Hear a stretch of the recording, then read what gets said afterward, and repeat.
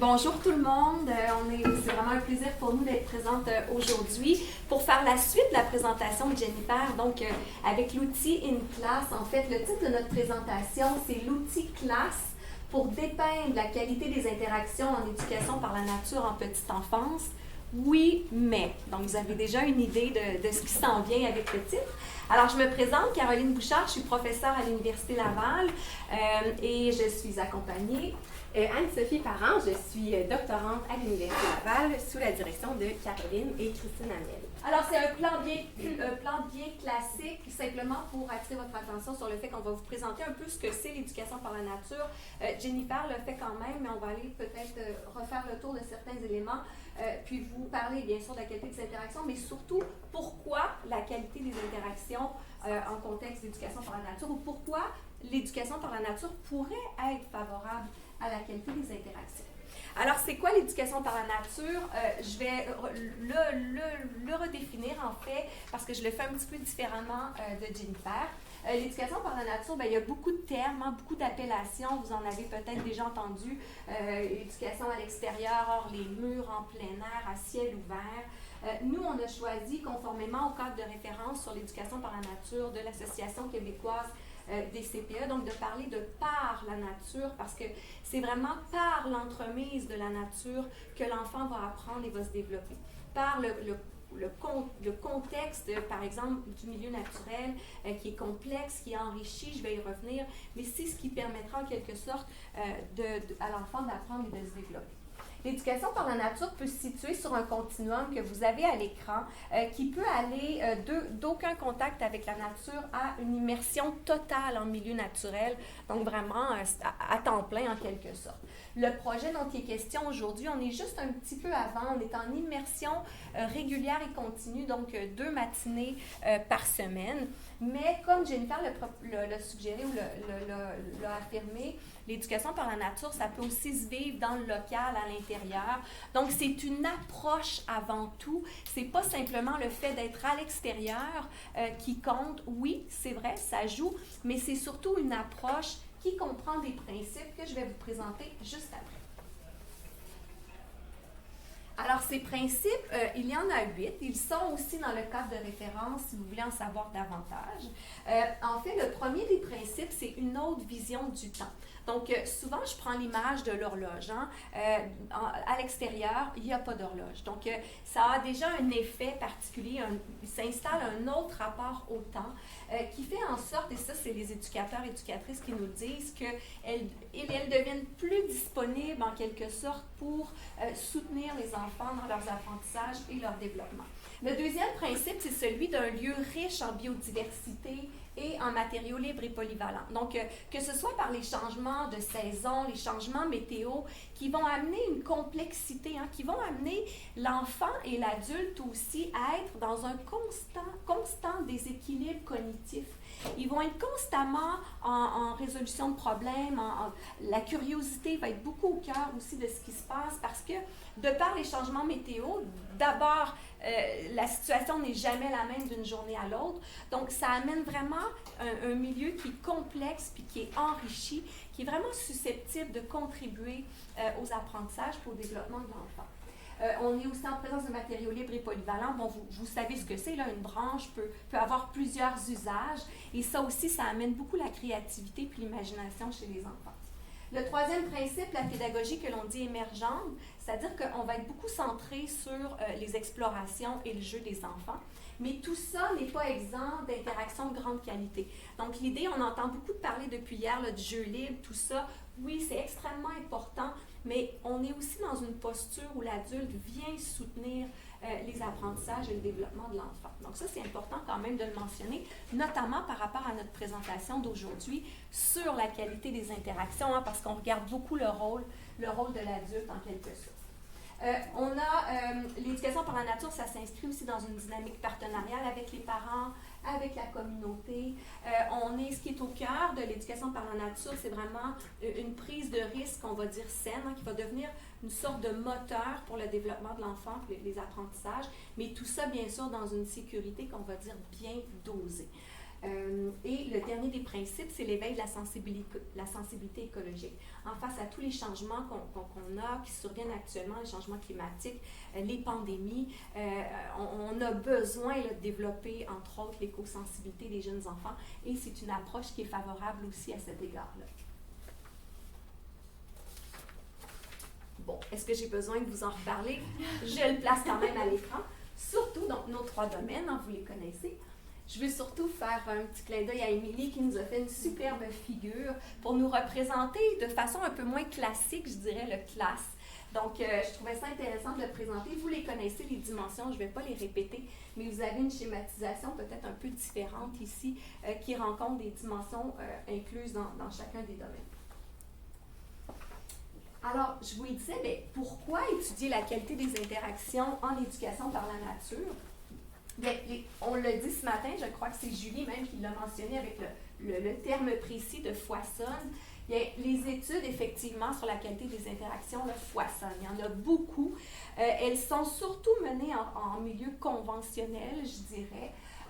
En fait, pourquoi il y a autant d'études? Bien, c'est qu'on se rend compte, on s'est rendu compte que la qualité des interactions, entre autres mesurée à l'aide du CLAS, quand elle est de niveau élevé, bien, ça permet de prédire les apprentissages puis le développement de l'enfant. Donc, on a intérêt à s'y attarder. Hein, vous le savez, c'est aussi la mesure structurante qui est utilisée par le ministère de la Famille là, pour mesurer la qualité des services de garde éducatifs actuellement. Donc, il y a quand même une importance rattachée à l'étude de cette mesure-là, en quelque sorte. Quand le niveau de qualité est élevé, je viens de dire qu'il y a des bénéfices chez les enfants. Mais ce qu'on constate, c'est plutôt qu'il y a des niveaux hétérogènes. C'est vraiment le grand constat. Je ne vous apprends rien. En fait, on a des niveaux modérés à élevés pour le soutien émotionnel et l'organisation du groupe. C'est un peu ce qu'on a depuis ce matin.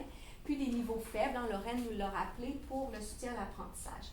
Les niveaux, le niveau serait faible, si faible en fait au soutien à l'apprentissage qu'il ne permettrait pas là, d'avoir des gains.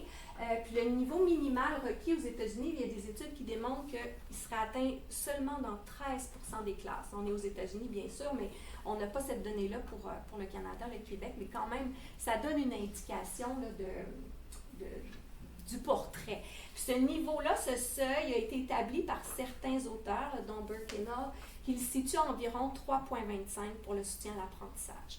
Donc, on en est là.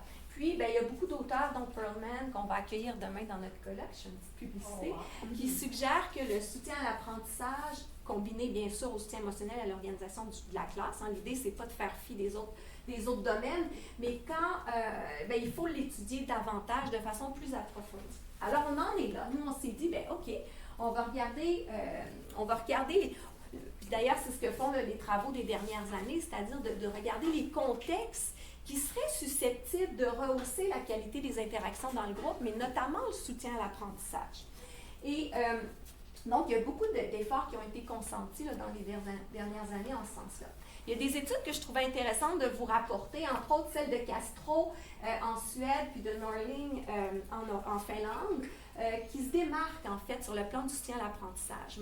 Puis nous, toute l'équipe, ça a piqué notre curiosité, puis on s'est dit, on a cherché à comprendre pourquoi.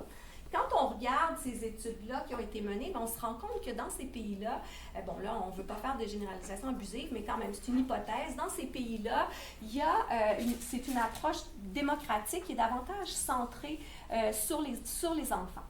On a aussi une autre étude qui agit comme une petite étincelle, je dirais. Là, c'est l'étude de Tunge et ses collaborateurs, qui est une des premières, en fait, à avoir étudié la qualité des interactions dans des environnements extérieurs. Donc, ce n'est pas nécessairement dans une approche d'éducation par la nature comme nous, où on a une pédagogie qui est dite émergente, entre autres, mais c'est quand même une première étude en milieu extérieur. Et ce qu'ils ont fait ressortir, c'est qu'il y a des niveaux élevés sur le plan du soutien émotionnel et modérés sur le plan du soutien à l'apprentissage. On est à 4,76 quand même, puis c'est vraiment un très gros échantillon. Donc, ça aussi, ça nous a interpellés. Donc, de façon plus précise, ce que les résultats disent, c'est que plus le temps à l'extérieur est élevé, plus les enfants passent de temps à l'extérieur, plus la sensibilité de l'adulte, plus la considération pour le point de vue de l'enfant va être élevée, puis le développement de concepts également là, pour ce qui est du soutien à l'apprentissage. Alors, l'autre résultat, c'est aussi que plus le temps passé à l'extérieur est grand, plus la gestion de comportement et les modalités d'apprentissage vont être élevées aussi. Donc, on a fait la combinaison de tout ça. Puis on s'est dit, ben tiens, l'éducation par la nature possède ces deux caractéristiques-là, c'est-à-dire d'être centré sur une pédagogie centrée sur l'enfant, les explorations, son jeu, donc une pédagogie plus démocratique, j'ai envie de dire, mais aussi ça se passe à l'extérieur. Donc on s'est dit, on va aller voir, est-ce que l'éducation par la nature, ça ne serait pas un levier pour favoriser la qualité des interactions, mais notamment le soutien à l'apprentissage. Donc c'est vraiment autour de cette hypothèse-là qu'on va vous présenter les données aujourd'hui. En fait, ce qu'on a voulu faire, notre objectif général, c'était d'étudier la qualité des interactions dans des CPE. On travaille en partenariat avec l'Association québécoise des CPE. Donc, on mène ces travaux de recherche-là en partenariat. Et donc, on est dans le contexte des centres de la petite enfance ici, des centres de la petite enfance qui œuvrent en éducation par la nature, puis qui sont accompagnés aussi par la QCPE là, pour implanter l'éducation par la nature. De manière plus spécifique, ce qu'on a voulu faire, c'est de comparer la qualité des interactions dans deux contextes en éducation par la nature. C'est un peu complexe, mais vous avez le concept parapluie d'éducation par la nature, puis le contexte du milieu naturel et le contexte de l'installation.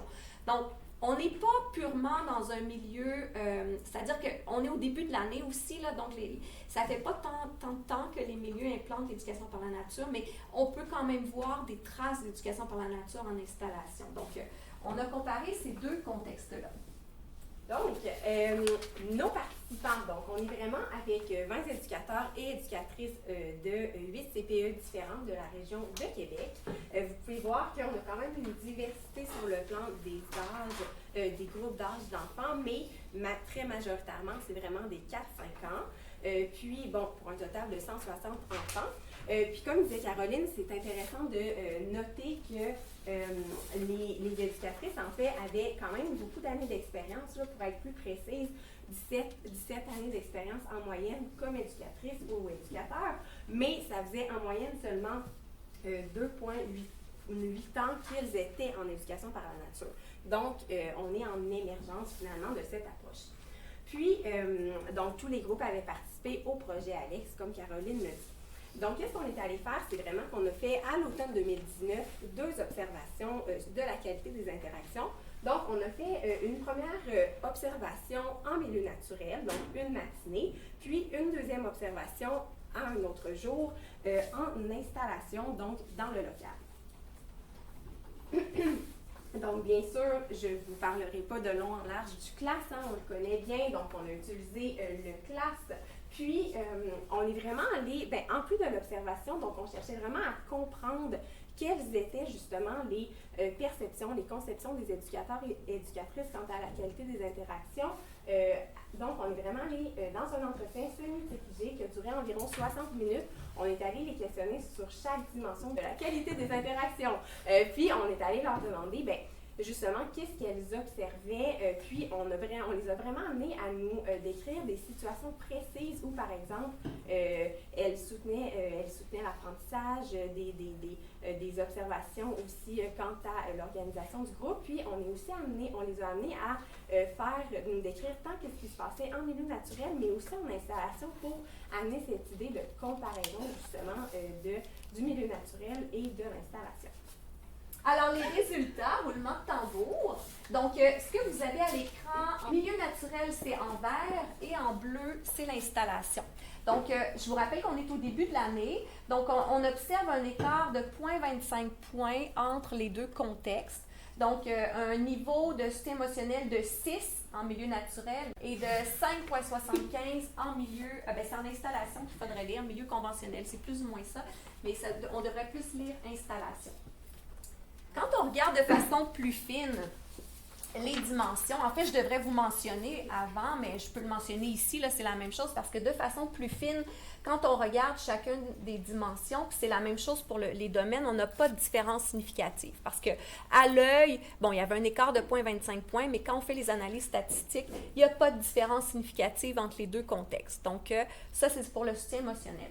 Donc, quand on regarde de façon plus précise, ce qu'on voit, c'est encore là la même tendance qui se poursuit, c'est-à-dire des niveaux qui tendent à être plus élevés en milieu naturel qu'en installation.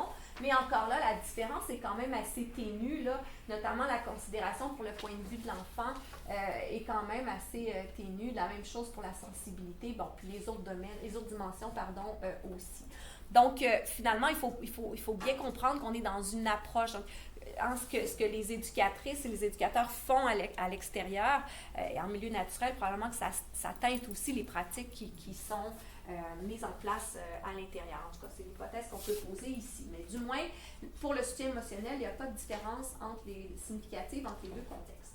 Oui, puis pour ce qui est du soutien émotionnel, donc on a fait justement l'analyse qualitative des entretiens, on a fait vraiment une analyse de contenu dirigé, puis il y a deux grands constats qui ressortent quant au soutien émotionnel. D'abord, on a vraiment cette importance de la sensibilité de l'adulte en éducation par la nature. Donc, on a une éducatrice qui nous dit que, c'est beaucoup en milieu naturel d'encourager les enfants, de leur dire « je suis là, je suis à tes côtés ». Puis, elle nous dit, en nature, les enfants découvrent vraiment, c'est l'adulte qui accompagne les enfants, pas nécessairement dans leurs difficultés, mais dans leurs réflexions. Donc, c'est intéressant parce qu'on peut même voir un peu de la qualité de la rétroaction dans cet énoncé-là qui est plus centré sur la sensibilité de l'adulte. Donc, voilà. Puis, la deuxième grande idée qui ressort des analyses quant au soutien émotionnel, c'est vraiment cette importance de saisir et suivre des initiatives des enfants qui est facilitée en milieu naturel selon les éducateurs et éducatrices. Donc, on a une éducatrice qui nous dit j'essaie d'aller trouver les intérêts des enfants, d'aller plus loin avec eux, de prendre le temps. Donc, on discute, on échange, puis on trouve un intérêt pour construire des projets. Puis, on a une autre éducatrice qui nous dit à l'intérieur, on va y aller, par exemple, pour la lecture de livres de manière un peu plus dirigée qu'en forêt. On va faire des petites causeries aussi, mais en forêt, ça part des enfants pour vraiment répéter ce que l'enfant se pose comme question avec des questions ouvertes. Donc, quand les enfants nous parlent, on les écoute.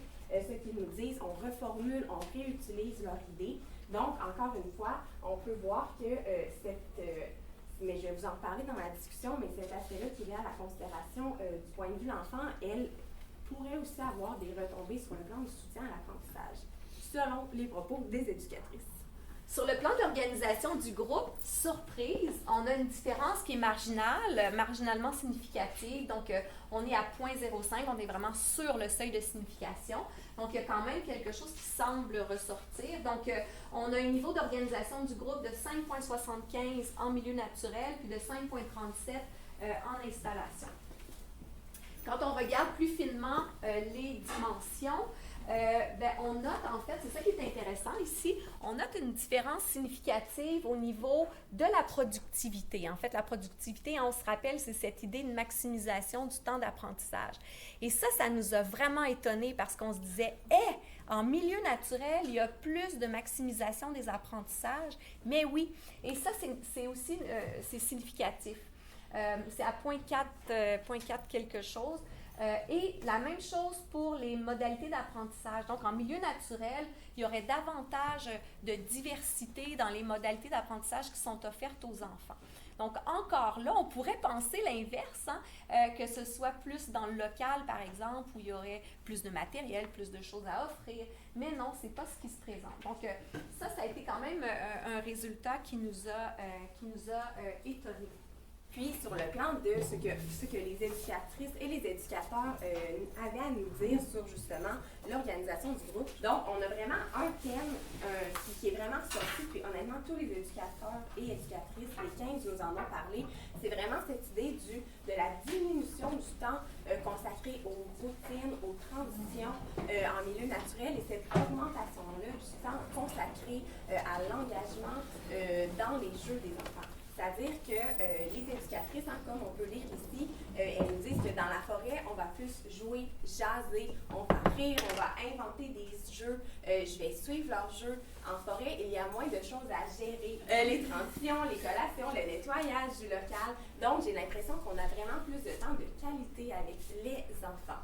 Puis, On a une autre qui vient même nous parler des rôles qu'elle adopte. Donc, elle nous dit que dans le cal et la cour, son rôle, elle a l'impression que c'est plus d'être animatrice, tandis qu'en forêt, on accompagne l'enfant dans son exploration. Donc, on est vraiment, encore une fois, on peut faire des liens aussi avec le soutien émotionnel dans l'accompagnement de l'enfant, dans ses intérêts et tout ça, mais aussi quand on parle de rire, de jouer, notamment un climat positif. Donc, voilà. Et pour terminer, le soutien à l'apprentissage. Donc, je vous rappelle, on n'a pas de différence significative entre les contextes au soutien émotionnel. On en a une à l'organisation du groupe.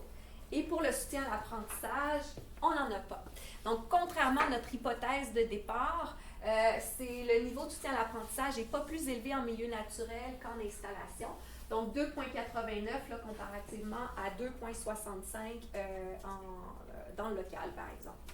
De manière plus précise, là, vous voyez les dimensions ici. Puis j'ai ajouté une petite ligne bleue du seuil proposé par Burke et Hall pour obtenir là, engendrer en fait des gains sur le plan des apprentissages puis du développement des enfants. Donc, ce qu'on peut constater, là, c'est que le modelage langagier, c'est la dimension qui est la plus élevée de toutes les trois, suivie de la qualité des rétroactions et le fameux développement de concepts avec lequel on a toujours des défis, là, quelles que soient les études, les contextes qui sont étudiés. Puis un élément qui est intéressant sur le plan de ce que les éducateurs et éducatrices avaient à dire du soutien à l'apprentissage, c'est que comparativement aux deux autres domaines où on n'a pas mis dans cette présentation-là le nombre de pourcentage d'énoncés qui étaient en lien avec chaque domaine, mais on va les mettre dans un article qu'on est en train d'écrire, mais il y a vraiment, les éducatrices nous parlent vraiment moins en termes d'occurrence du soutien à l'apprentissage. On est vraiment dans quelque chose, c'est même quand on leur a posé la question directement sur le soutien à l'apprentissage, on était vraiment dans des réponses qui étaient un peu plus floues, un peu moins centrées sur les indicateurs classes du soutien à l'apprentissage. Donc seulement ça, c'est un résultat qui est quand même intéressant. Mais toutefois, il y a quand même un grand constat qui ressort quant au soutien à l'apprentissage. Donc, c'est vraiment cette idée du soutien à la prise d'initiative des enfants et à l'utilisation du matériel créatif en nature qui nous permet vraiment de développer les concepts puis d'offrir une rétroaction de qualité. Donc, par exemple, on a une éducatrice qui nous dit à l'intérieur, je vais beaucoup plus mettre des ateliers en place par moi-même pour que les enfants viennent faire le jeu, tandis qu'à l'extérieur, c'est beaucoup plus eux qui vont proposer des jeux, qui vont suivre leurs propres idées justement pour construire leurs jeux, faire des projets. Donc, le jeu libre stimule beaucoup leur ingéniosité. Puis, elle nous dit par exemple en nature, un exemple qu'elle nous explique, c'est si on entend un bruit, elle aime pouvoir, puis que l'enfant se questionne, donc elle aime pouvoir dire « Ah, regarde, c'est un jet bleu », puis on va réfléchir « Pourquoi le jet bleu, il est là? On a vu qu'il y avait des graines par terre, peut-être qu'il est venu manger des graines. » Donc, on est vraiment plus dans soutenir justement des observations des enfants qui émergent justement notamment du milieu naturel. Puis, un autre enfant qui dit, une éducatrice qui nous dit, il y a un enfant qui voulait traverser un petit étang. Donc, elle lui a dit, ben, comment tu pourrais faire pour être capable de le traverser avec la boue, sans perdre tes bottes? Est-ce que tu penses que si tu marches sur la branche, etc., etc.? Elle lui dit, on peut donner des pistes. On amène beaucoup l'enfant avec des questions à trouver une solution par lui-même, finalement. Donc, voilà. On peut encore une fois faire des liens avec les modalités d'apprentissage, où cet environnement-là offre des occasions de questionnement, des occasions d'apprentissage. Donc, maintenant, la discussion. Qu'est-ce qu'on retient de tout ça? C'est beaucoup des pistes de réflexion aussi. En tout cas, il y a l'élément de posture qui ressort dans ce qu'on est en train de nommer. Mais pour résumer les résultats, ce qu'on observe, c'est que la qualité des interactions tend à être légèrement plus élevée en milieu naturel qu'en installation, mais comme je l'ai dit, là, sur le plan statistique, il y a seulement une différence qui est marginalement significative, c'est-à-dire pour l'organisation du groupe. Et de manière plus précise, c'est la productivité et les modalités d'apprentissage qui ressortent davantage pour ce domaine-là. Donc, dans les deux contextes, que ce soit en milieu naturel ou en installation, le soutien émotionnel puis l'organisation du groupe sont de niveau modéré à élevé. Sur le plan qualitatif, par rapport à ces deux domaines-là, ce qu'on en dit, c'est que les éducatrices disent avoir plus de temps pour interagir avec les enfants en milieu naturel, moins de routine à gérer. Donc ça va un peu dans le sens de notre hypothèse de départ, en lien entre autres avec le principe par rapport au temps. Donc cette idée qu'elles sont dégagées de tâches chronophages ou de tâches qu'elles font habituellement à l'intérieur, puis que ça les rend un peu plus disponibles. En tout cas, du moins, c'est ce qu'elles nous disent là, dans cette étude-là. Donc, elles ont moins de routine à gérer. Ce qu'on nous rapporte aussi, c'est la place importante qui est accordée aux initiatives des enfants en milieu naturel. Donc ça pourrait toucher davantage le soutien émotionnel. Donc, c'est là cette idée de posture là, qui est peut-être... pourtant, on est quand même dans cette approche d'éducation par la nature, mais il semble quand même avoir une différence selon les deux contextes. Pour le soutien à l'apprentissage, bien, on l'a vu, il est faible, hein, même en milieu naturel, donc contrairement à ce qu'on pensait. Peut-être que justement, parce qu'on est dans l'approche d'éducation par la nature, bien, la différence peut être ténue entre le milieu naturel et l'installation, parce qu'on est de toute façon autour de ces mêmes principes-là dans les deux contextes. Donc, ça pourrait être intéressant là, d'aller étudier, faire la comparaison avec des milieux qui n'œuvrent pas du tout en éducation par la nature. Mais ce que ça nous dit, en tout cas, c'est qu'il faut poursuivre des études pour mieux comprendre pourquoi ça n'a pas joué autant qu'on pensait. Il y a des pistes qu'on a, ça j'en ai pas, je viens de parler d'une, de l'idée de la comparaison là, avec un milieu qui ne serait pas en éducation par la nature. Il faut aussi savoir que nos données ont été recueillies en début d'année, donc peut-être qu'au fil de l'année, ben, à la fin de l'année, la photo serait différente. Il y a la piste amenée par Jennifer aussi, hein, l'engagement vers l'adulte est quand même faible, donc les enfants vont peu vers l'adulte, donc forcément l'adulte va peut-être un peu moins vers les enfants, donc peut-être que ça peut jouer sur le plan notamment du soutien à l'apprentissage, parce que là où on se questionne beaucoup, là je suis un peu dans le désordre, mais c'est par rapport à cette fréquence-là dans le soutien à l'apprentissage. On se pose la question, est-ce qu'il rend bien compte, bien, pour tous les contextes, est-ce qu'il rend bien compte de ce qui se passe réellement pour le soutien à l'apprentissage? Est-ce que le classe est peut-être pas un peu sévère par rapport au soutien à l'apprentissage, et notamment en éducation par la nature, parce que ça m'est arrivé, ça nous est arrivé, toute l'équipe, de voir des bijoux, mais que finalement, au bout du compte, ça ne se traduisait pas dans le score qu'on obtenait. Une intervention bijou d'un éducateur, d'une éducatrice qui, hein, il faut laisser le temps aussi à l'enfant de digérer, de réfléchir, de se questionner. Donc, c'est comme si finalement, le fait de capter la fréquence, peut-être que ça induit un effet pervers après, quand on conserve le score. Mais on a au moins les données qualitatives là, qui nous permettent d'ajouter à ce portrait-là. Dans le fond, la grande question, là, c'est comment soutenir l'apprentissage tout en respectant les initiatives des enfants, tout en étant dans cette pédagogie émergente-là.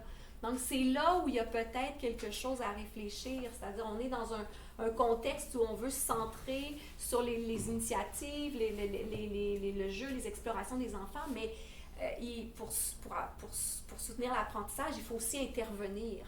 Donc là, on est en train de réfléchir à ce qu'on dit de façon un petit peu brute, est-ce qu'on intervient assez en éducation par la nature? Je n'ai pas la réponse, mais elle se pose en tout cas. Puis même, si je peux me permettre, est-ce que le classe est adapté à une pédagogie émergente? Peut-être pas. Mais tu sais, moi, je sais que c'est une position plutôt très critique que j'ai, là.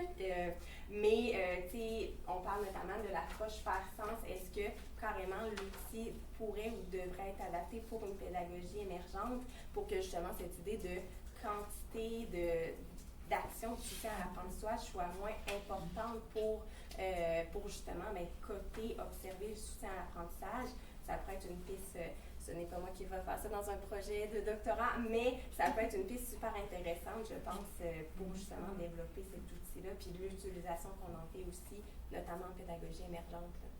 Donc, pour répondre à la question de départ, le 8 mai, ben, pour le soutien émotionnel, l'organisation du groupe, l'éducation par la nature permet là, justement de le mesurer, j'aurais envie de dire ça comme ça, de l'observer du moins.